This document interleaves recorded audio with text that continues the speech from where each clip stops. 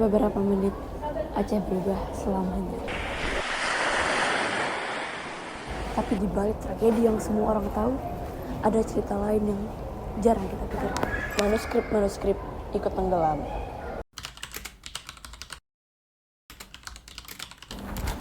Sebelum digitalisasi, sebelum buku-buku dicetak dan diproduksi, pengetahuan di Aceh disimpan dalam bentuk manuskrip, yaitu tulisan tangan yang diwariskan dari ulama ke ulama dan dayah ke masyarakat.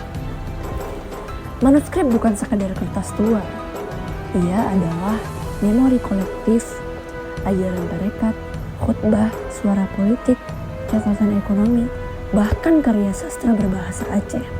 Dalam Filologi Indonesia karya Profesor Ahmad Fatur Rahman, beliau menulis, sebagian manuskrip telah musnah dengan berbagai cara. Ada yang hilang karena perang, ada yang rusak karena serangga dan tinta yang menembus kertas.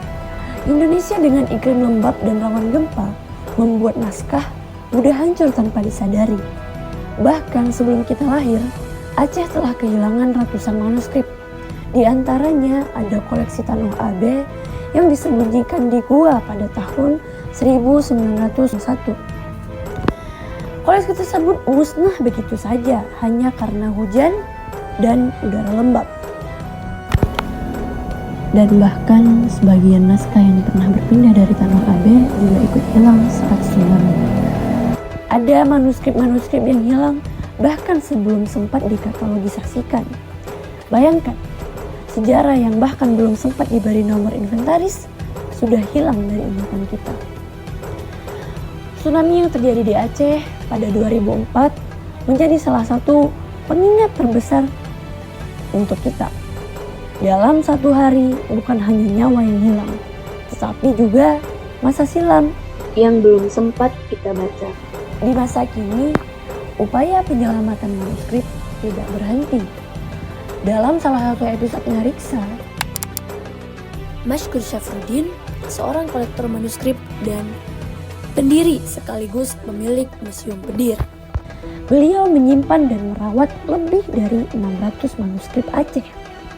Di antara koleksinya ada sekitar 40 manuskrip yang berkaitan dengan Alawiyyin, yaitu sanad tarekat Al-Haddad, Al-Alawiyah, surat ulama Aceh yang berguru ke Mekah dan Madinah, serta karya-karya dalam bahasa Arab dan Arab Jawi.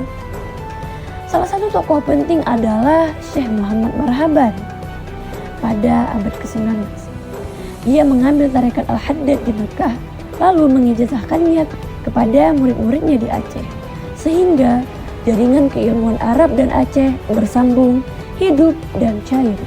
Inilah bukti bahwa manuskrip bukan hanya benda mati, bukan sekadar kertas tua biasa, akan tetapi ia adalah jaringan dan sejarah yang bergerak. Dan disinilah peran kita bukan hanya membaca teks, tapi memastikan ia tetap ada. Mari kita menatap masa depan dengan merawat masa silam.